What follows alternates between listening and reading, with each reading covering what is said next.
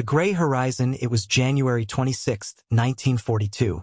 The time was exactly 12:15 in the afternoon, but in Belfast, Northern Ireland, it felt like twilight.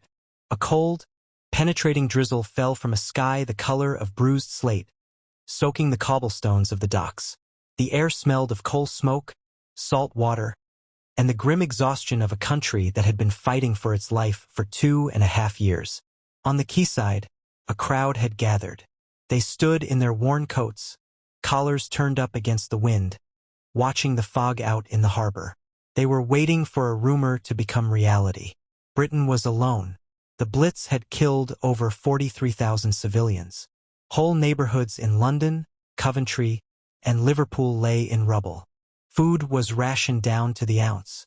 Hope was rationed even tighter. Then, a shape emerged from the mist. It was a massive troopship, its gray hull cutting through the dark water. As it drew closer, the crowd saw them.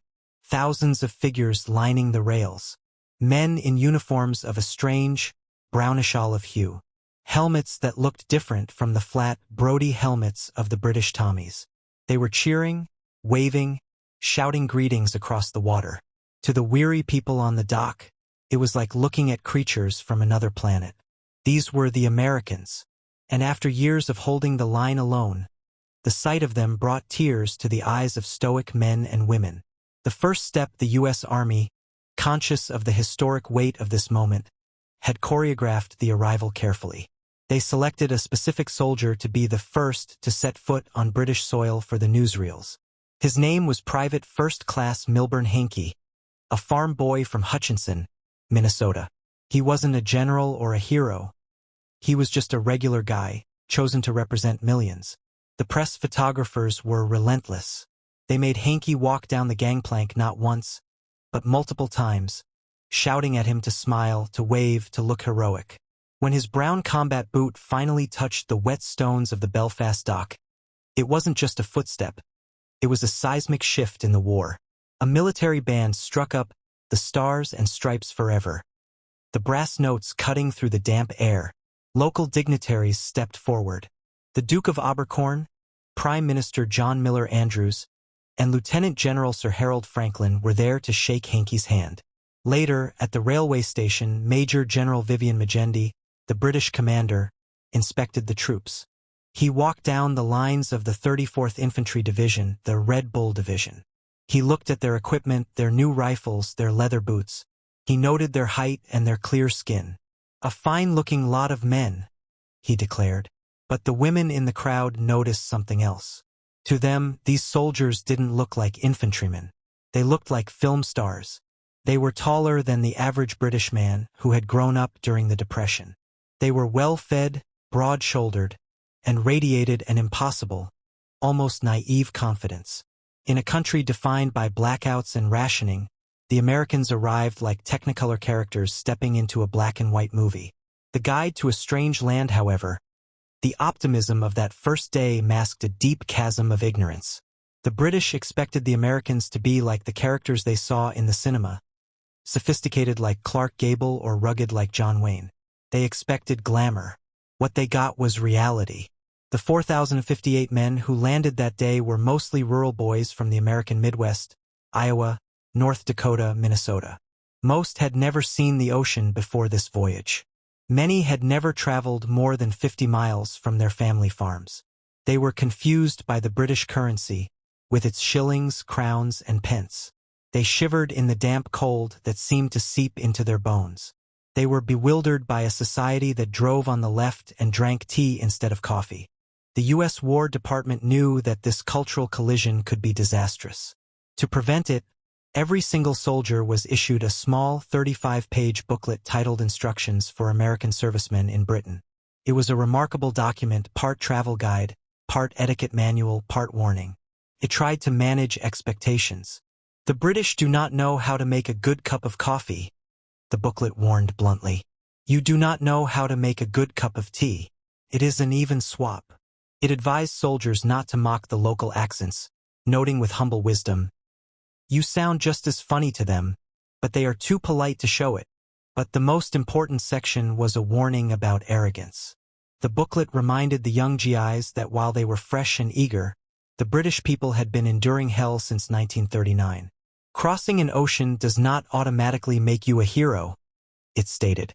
There are housewives in aprons and youngsters in knee pants in Britain who have lived through more high explosives in air raids than many soldiers saw in the last war. Chapter 4. The friction begins despite the warnings. The honeymoon period was short. The Americans arrived with a savior complex, believing they were there to rescue a helpless nation. They seemed unaware that Britain had saved itself during the Battle of Britain and had rescued its army from Dunkirk. The friction started with the small things. Americans were loud.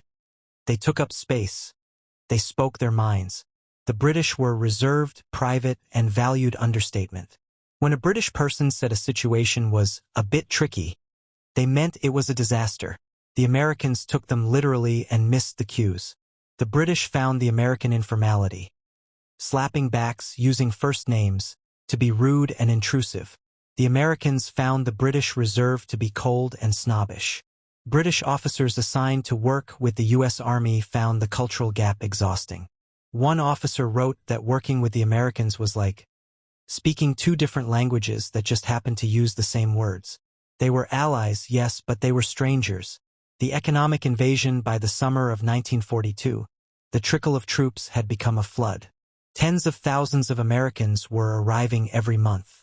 And with them, they brought the most destabilizing force of all, money. The pay disparity was staggering. An American private earned about $50 a month, plus allowances.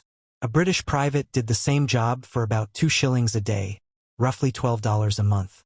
The American soldier earned 4 to 5 times as much as his British counterpart. This created an instant, toxic resentment. The Americans had cash to burn. They flooded the local pubs, buying rounds of drinks for the entire room, unintentionally humiliating the British men who were nursing a single pint because that was all they could afford. They drove up prices in local shops. They hired all the taxis. Worse, they had the PX, the post exchange. These military stores were cornucopias of luxury. While British civilians had not seen a banana, a lemon, or a pair of nylon stockings in years, the Americans had it all. Cigarettes, chocolate, chewing gum, razor blades, soap that actually lathered. The phrase, any gum, chum, became the anthem of the occupation. American soldiers couldn't walk down a street without a Pied Piper tale of British children begging for sweets. The soldiers, generous by nature and missing their own younger brothers and sisters, handed out gum and chocolate by the crate. To them, it was a small kindness. To British parents, it was a complicated humiliation, watching strangers provide the treats they could no longer give their own children. The making of Overpaid, Oversexed, and over here, the tension reached its boiling point over women. The American GIs were young, healthy, and desperate for connection. They were thousands of miles from home, facing the prospect of death in Europe. They wanted to live fast. They brought with them the jitterbug, a wild, athletic dance style that terrified older British conservatives and thrilled British girls. The local dance halls, which had been sedate places of waltzes and foxtrots, were transformed into sweating, pulsing arenas of American jazz. The GIs swept British women off their feet, literally and metaphorically.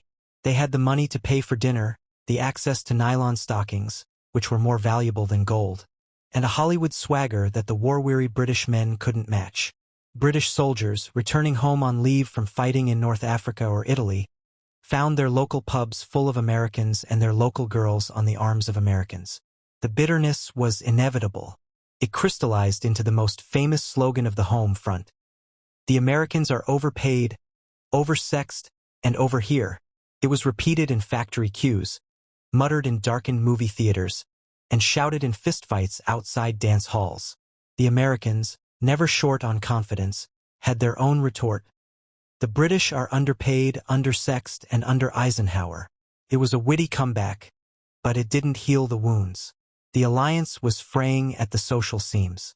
The Battle of Bamber Bridge, but amidst this friction, there was a deeper, more volatile conflict brewing, one that would challenge the very soul of both nations. Among the millions of Americans were roughly 150,000 African American soldiers. They served in a segregated army. In the U.S. military of the 1940s, black troops were mostly relegated to supply and logistics roles, commanded by white officers and strictly separated from white troops. They brought the Jim Crow laws of the American South with them across the Atlantic. But Britain had no history of legal segregation. When black GIs walked into British villages, the locals didn't treat them as second-class citizens. They treated them as Americans. In fact, many British civilians preferred the black troops. They found them to be more polite, more humble, and more respectful than the often boisterous white soldiers. George Orwell noted this phenomenon, writing that the general consensus was that the black troops had the best manners. This infuriated the white American military police, MPs. They tried to enforce segregation on British soil, demanding that pubs ban black soldiers. The British public pushed back. In a famous act of defiance, landlords in some villages put up signs, "Black troops welcome, white MPs stay out." The tension exploded on the night of June 24, 1943, in the village of Bamber Bridge, Lancashire. Black soldiers were drinking at the Ye Olde Hob Inn with their British friends. Two white MPs entered and tried to arrest a black soldier for a minor uniform violation. The British locals stood up for him. "Why do you want to arrest him?" they shouted. "He isn't bothering anyone." The confrontation spilled into the streets. It escalated from fists to stones and finally to guns. Black soldiers, fearing their comrades had been shot, raided the armory. For 5 hours, a gun battle raged through the quiet English village. When the sun rose, one soldier was dead, dozens were wounded, and the illusion of a seamless alliance was shattered. The Battle of Bamber Bridge was a turning point. It forced the British people to look in the mirror. They saw the American army fighting for democracy while enforcing racism, and they didn't like it. For the black soldiers, the experience of being treated as equals in Britain was transformative. They tasted freedom in Lancashire, and when they returned to America, they refused to accept the old ways. Many historians trace the roots of the civil rights movement directly to these wartime experiences in England. The sky turns black as 1943 turned into 1944. The relationship between the British public and the American invaders began to shift again. The resentment over money and girls began to fade, replaced by a somber realization of the war's cost. The U.S. 8th Air Force had turned the flat farmlands of East Anglia into a massive, unsinkable aircraft carrier. Over 200 airfields were built. The roar of engines was constant. Every morning, British villagers would stop their work to watch the sky. They saw the formations of B-17 flying fortresses and B-24 Liberators assembling. Hundreds of them, huge silver birds climbing into the dawn, heading for Germany. And every evening, the villagers watched them come back. They counted the gaps in the formations. They saw planes limping home on 2 engines, trailing black smoke. They saw the flares fired from the cockpits, signaling wounded men on board. They watched bombers crash land in their potato fields, exploding in balls of fire. The overpaid Americans didn't look arrogant anymore. They looked like what they were. Terrified boys, 19 or 20 years old, doing a job that was killing them. The statistical life expectancy of a bomber crewman in 1943 was horrifyingly short. The British civilians realized that the bravado in the pubs was a mask. These boys were drinking and dancing because they knew they might not be alive next week. British families began to open their doors. They invited the Americans for Sunday dinners, sharing their meager rations despite the shortages. They adopted these young men. They became surrogate parents to boys who were thousands of miles from home. The divide between us and them began to dissolve in the face of shared sorrow. The great build-up by the spring of 1944, the whole of southern England had become a coiled spring. This was Operation Bolero, the build-up for D-Day. There were now 1.5 million American troops in the country. Tanks were parked under trees in quiet lanes. Ammunition was stacked in village halls. The country was bursting at the seams. The atmosphere changed. The parties stopped. The security tightened. Loose lips sink ships posters were everywhere. The soldiers were confined to their barracks. A heavy, expectant silence fell over the land. The British people knew what was coming. They knew that this massive machine was about to be unleashed across the channel. On the night of June 5, 1944, the movement began. Convoys of trucks rumbled through the villages toward the ports. The British civilians came out of their houses to watch. There was no cheering this time. No flags. Just a solemn, quiet vigil. They looked at the faces of the soldiers in the trucks. They saw the fear in their eyes. These were the boys they had complained about, the boys who had stolen their girlfriends and drunk their beer. But now all that mattered was that they were going into the fire. One British woman remembered thinking, "They looked so young, and we knew we would never see some of them again." The blood of Omaha, the news of D-Day broke on the morning of June 6. The landings at Utah Beach had gone well. But at Omaha Beach, the Americans had walked into a slaughterhouse. Reports began to trickle back. Over 2,000 casualties in the first hours. The descriptions were horrific. Bodies scattered on the sand, the water turning red. The British public was devastated. Families who had hosted Americans for Christmas dinner waited for letters that would never come. The phrase overpaid, oversexed, and over here suddenly felt petty, small, and shameful. The Americans had paid their rent in blood.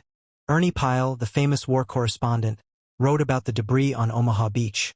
The photos of girlfriends, the Bibles, the letters to mothers, the cigarette cases. These were the remnants of the friendly invasion, washed up in the tide of war. After D-Day, the relationship changed forever. The Americans were no longer visitors. They were blood brothers. As the wounded were evacuated back to England, British hospitals filled with American casualties. British nurses tended to them. The bond was sealed. The exodus and the brides. When the war finally ended in May 1945, the departure of the Americans was as abrupt as their arrival. The bases emptied. The jeeps disappeared from the lanes. The pubs went quiet. But they left a changed country behind. And they didn't leave alone. The romances that had caused so much friction had blossomed into something permanent. More than 70,000 British women had married American soldiers. They were the GI brides. In early 1946, the diaper run began. Ships like the SS Argentina were chartered to carry these women and their babies to America. It was a migration of love. These women stood on the decks, looking back at the bombed-out ruins of British ports, holding their children, sailing toward a future they knew only from the stories their husbands had told them. They faced a daunting reality. Some arrived expecting mansions and found shacks in the Appalachian Mountains. Some found that their husbands were different men in peacetime. But tens of thousands of them stayed. They built lives. They raised a generation of children with British mothers and American fathers. Children who grew up eating peanut butter on their toast but drinking tea in the afternoon. The legacy today, the physical traces of the friendly invasion are fading. The airfields of East Anglia are overgrown. The concrete runways cracking under the grass. The Nissen huts are rusted skeletons. But the human legacy is indestructible. The special relationship between Britain and America wasn't forged by politicians signing treaties in grand halls. It was forged in the village pubs of 1943. It was forged on the dance floors where the jitterbug met the waltz. It was forged in the skies over Germany where Americans died to protect British cities. And it was forged in the hearts of the people who learned to overcome their prejudices. The British learned that the Americans were loud and brash, yes, but they also learned that they were generous, brave, and willing to sacrifice everything for a cause. The Americans learned that the British were not cold or stuck up, but resilient, loyal, and incredibly tough. They started as strangers suspicious of one another. They ended as family. That is the true story of the friendly invasion. It was a collision of cultures that produced something stronger than either nation could have achieved alone. From the fog of Belfast to the beaches of Normandy, this is a story that defines who we are today.